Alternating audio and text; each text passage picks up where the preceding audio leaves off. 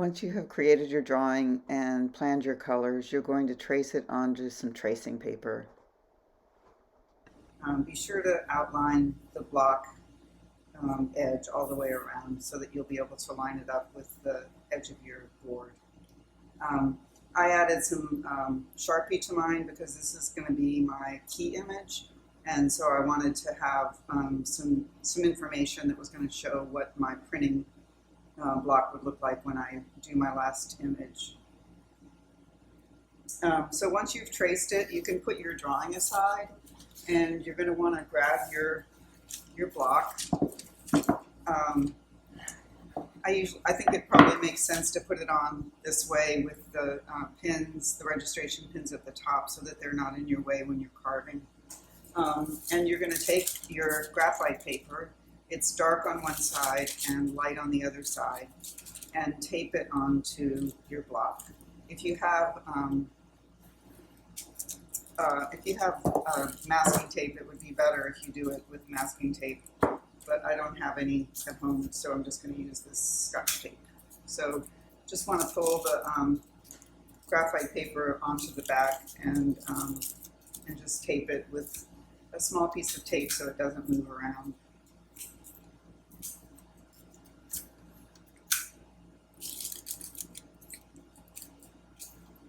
Okay, and then when you have that all set to go, you're going to take your tracing and you're going to flip it over so that it's backwards. That's important because you want your print to come out the way you drew it, and if you print it with it forward, it'll come out backwards. So you're just going to flip it over and make sure that you tape it backwards. So I just kind of flip it over and tape this from the back.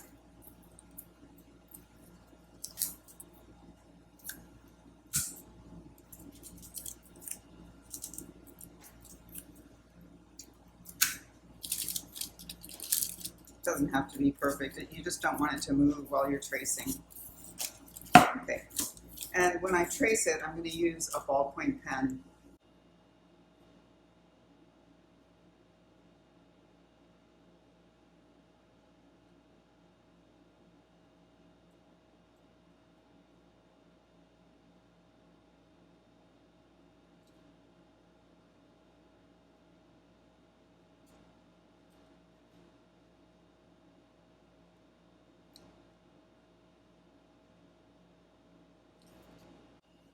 As I'm tracing, I'm not just going around the contour line, but I'm also making a line around my value shapes so that I have information that'll help me remember where I want to have dark values and where I want to have the meaty values and so forth.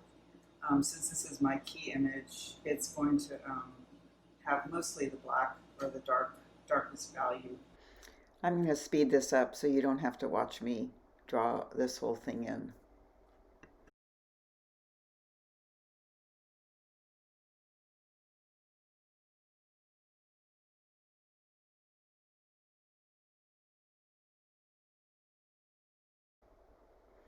So now I have everything traced, and I'm going to take it apart, being careful not to rip the tracing paper or the graphite paper.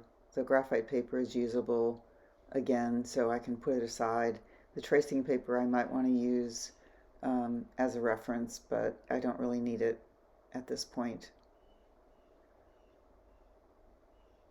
And when I take my block away, I can see that the drawing is very faint. And so the next step will be to trace over it with a Sharpie marker. The Sharpie marker will be permanent, and when you do proofing or when you print from the block and wipe it with a sponge to clean the ink off of it, you won't lose your image. So it's always going to be there in between each color. Okay, so now everything has been traced with my permanent marker, and I'm ready to start cutting, but I also want to keep in mind that as I'm cutting, everything that was on one side of my drawing is now reversed. So I have to keep in mind that I'm cutting the opposite of what I'm seeing on my drawing as I go along. Okay, Now you're ready to start cutting your first. So now you're ready to start cutting your highlights and print your first color. Just to review, the things that you're going to need are your wood block with the registration pins that are already attached to your block. I'll talk to you more about this when we start printing. The other thing you'll need is your finished drawing with your color plan figured out. You'll need your graphite paper, which looks like tracing paper, but it has a dark side and a light side. You'll put the dark side next to your block when you're tracing. You'll also need your tracing paper, and the first thing you'll do before transferring is you'll trace your drawing onto the tracing paper.